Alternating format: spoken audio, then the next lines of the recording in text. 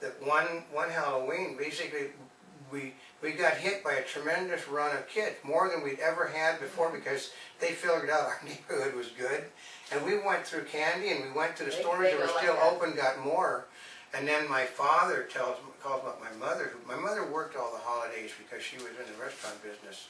And he called her up, and he said, we're running out of candy, and there's no place open. My mother sent over 1,000 $1 bills. Wow. Yeah. And my father started, and that's what my parents thought of the holiday. The children, the family started giving $1 bills out to all the kids. Oh yeah, then they really liked it. And then more came by, yeah. Kids had already been, didn't I see you before? No, that was somebody else. Hey, it must be somebody else. Because $1 still buys stuff. You can buy McDonald's burger. I mean, back then you could buy 3 McDonald's burgers. Actually, they would be very happy if we handed out $1 bills. And candy was like a nickel for a Hershey bar. Well, that was before, but I mean, they'd still be happy if you handed out $1 bills. No. But we gave out, my father that night gave out almost $1,000 in $1 bills to kids that came in the neighborhood. Other people were, because they got hit, you saw people in their kitchens cooking food to make them. They were making cupcakes. They were making cookies. But that's when they used to all make up and down the neighborhood. You could see the panic and come on. Do you have any sugar left? Do you have any milk? Can we borrow some? But see, I've never seen them make things and give them out. Yeah. I've only ever seen them, you get store-bought candy. I know, but I come from an era before okay, store-bought candy is something that's been in like the last 30, 40 years. Mm-hmm. Before that, store-bought candy was like you went to the candy shop and you bought bags because they didn't have them all individually. Yeah.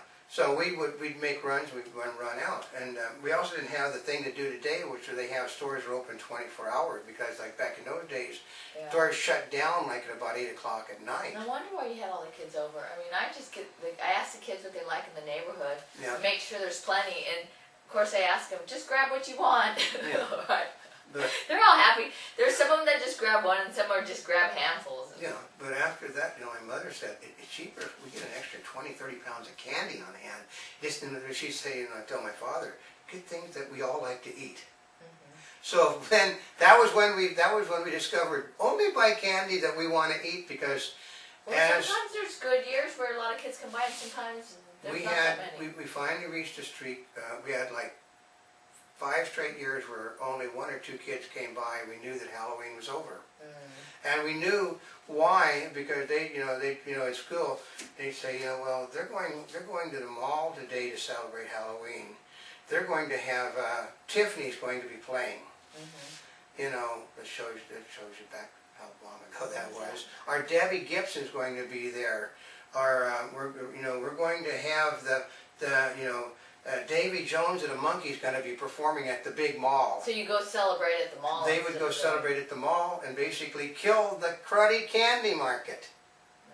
Because they didn't give candy away at the mall. Because political correctness was setting in. Candy is bad for you. It makes you fat. It ruins your teeth. But they would give apples away, and they would give oranges away.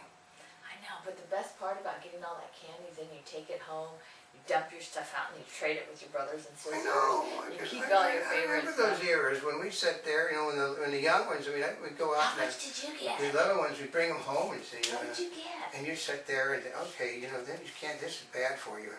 Okay, this is bad for you. And why is it everything is bad for me is what you like to eat? Because I'm your parent, that's why.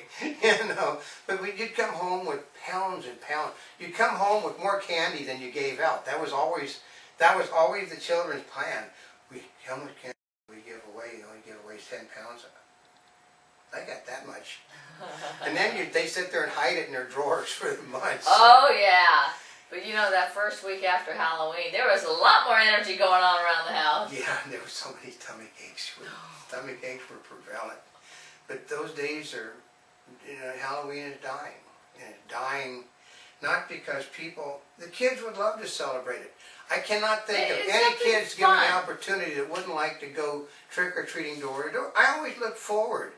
Even when I was the oldest kid in the family, I used to take my brothers and sisters I took them, then I took their children, then I took their grandchildren, and then finally there would no longer need to take any children because they weren't celebrating Halloween anymore. They were going to the malls because it was no longer politically correct to do Halloween. So well, I mean, part of it is if you like Halloween, it's like support it, encourage it, have fun with it, plan events around it. So you make your, I mean, I always thought if you want to have a good time, you bring your own party or make your own party. Yeah. Don't depend on the other place where you're going to be the party. Yeah, but it's always neat though, you know, like when you got the, you have, it's the one time a year too when the parents are all standing around, when the kids are going, you're walking by and making certain that the little demons are not doing anything. And you know, like when, hey, is that my daughter, you know, showing her ass? And they say, no, I think it's her daughter. He said, good. So, yeah, you know, well, because little girls will sit there and they'll do that with their skirts on those things. So, and Dad used to say, no, but when they're in a trick-or-treat contest, you know, when they're 7, 8 years old, they look the same. But the fathers and mothers would be sitting there walking along the sidewalk outside the street as all the little demons are cutting through the grass, which they're not supposed to cut through during the day, but they'd go walk through, you know, right through the grass. There were sidewalks. You ever see a kid trick-or-treating off a sidewalk? No. They have to go up. Yeah, they do, don't they? Yeah, they don't use sidewalks. They cut through yards. Of course they do, because they want the most direct route to the front door. Yeah, they can get as many houses as they could, but those were the days. I mean, we lived in a time, I lived in a time, you know, long before hers, but we still lived in a time when people went out and had a good, there was a family event to go trick-or-treating. Dads and moms would go there, older brothers and sisters. Somebody stayed at the house, though. Somebody always had to stay at the house to give candy out.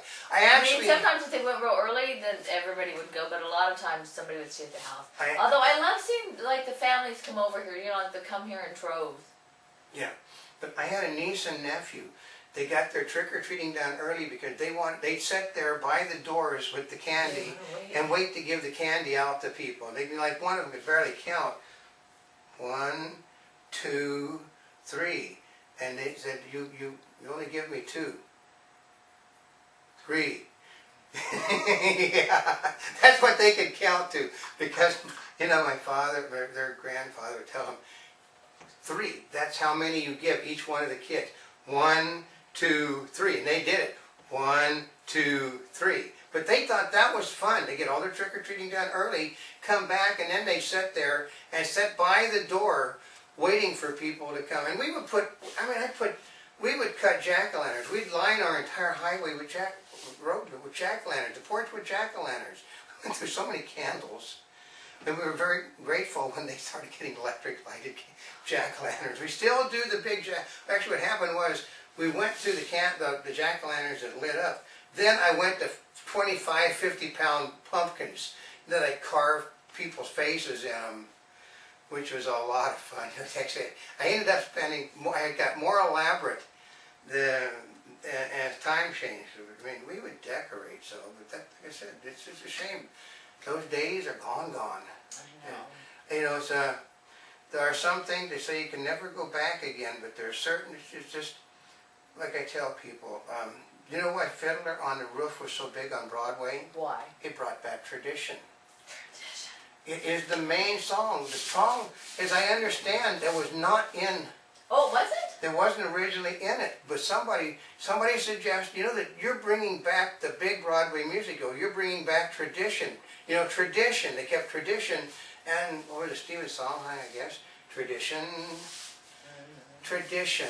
It's all about tradition. That's what they said in front of the person, and that became the big song about Fiddler on the Roof, about bringing back tradition. Well, you know, and Halloween is one of those traditional holidays where you are marked in time from, you know, holiday to holiday. This is Halloween, Thanksgiving, Hanukkah, Christmas, New Year's, right? And Halloween also is basically the only holiday that is actually subject to the weather.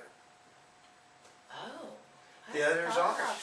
Because if it's raining, you never know who's going to. You don't go out. I mean, unless you're going to a party. I knew people who would go out in the rain, but it is subject to weather. Remember, if you're young enough to remember, weathermen used to tell you what the weather was going to be like, because generally the nightly weather used to come on. You know, like come on 55, they'd have their weather forecast at 5 o'clock tonight. It's going to be overcast and cold tonight, so bundle up when you go out for Halloween. They now basically do it later in the, Oh, they don't do it earlier?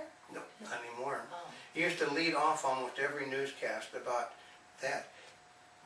But Democrats don't believe in tradition. Republicans believe in tradition, but they don't believe in the wrong traditions.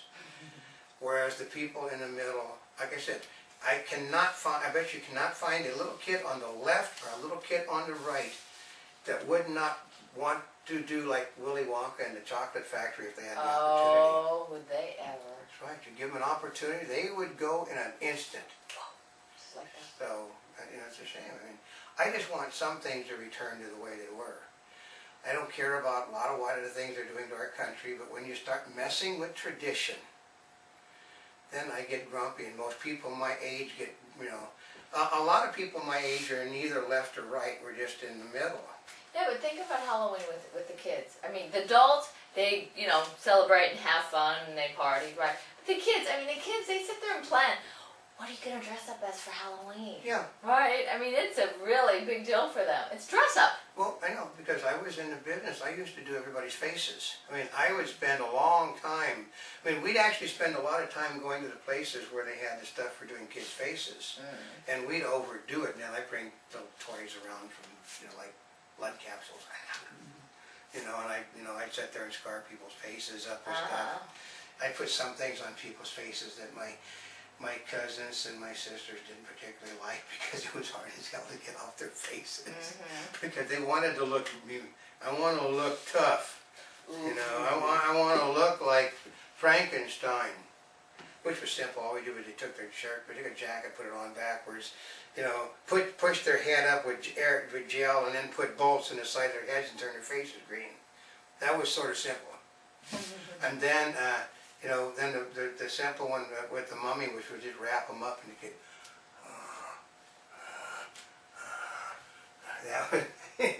with the trailing, one of the bandages was always trailing on the feet. And the ghost, all we did was hide things out of sheets. Really? And then tied the thing around their waist so that basically he could keep it up. Actually, the MTV Awards, one of the people that went across, artists that came across the white carpet, had a dress made out of garbage bags. Yeah. And then, we'd use tufts of cotton and stuff, and I'd sit there and use the cotton. If you want to be Wolfman, I'd just sit there and put some spirit gum on the face and then cotton the face up, and then use the same color stuff. But like the woman's wake up and then sit there and do that, and then give them the old. Back when actually most of the time we used to have chewable teeth that you can put these little fangs in for the Wolfman and Dracula. You sit there and put the teeth in that are made out of sugar candy and stuff. Today you can't even find a lot of this stuff today. It doesn't exist anymore. So That's too bad. Well, you have to look forward to my little harmonicas. You sit there and play the I know, and you chewable used to have those harmonicas. teeth that you would put on that looked like they had blood on them, and they're Yeah. wax teeth. They wax teeth. They were really good. You sit there and chew on them, and basically they were really good to chew on, folks. You sit there and finally end up with the two fangs left because they chewed off that. You sit there and knife and cut the Because piece. you could eat them. Yeah. But now they have, of course, they've got all these different eyelashes and fingernails. And Which we have been seeing, and they now have different colors of cobweb, which we've never seen before. I know. Which we're probably going to pick up. So So we're going to be pulling out some Halloween stops for you. yeah. And so, Just for the fun of it. until next time, this is all Cam. And this is not a spring chick. And bring back Halloween. Celebrate it. It's tradition. Tradition, that's right. So for more information, you can always go to the website at montybubbles.net. And wherever you're watching us, subscribe to us and tell your friends. Follow us on Twitter, and thank you once again for over 40 million links on the internet. And join us daily for our daily newscast in 3D.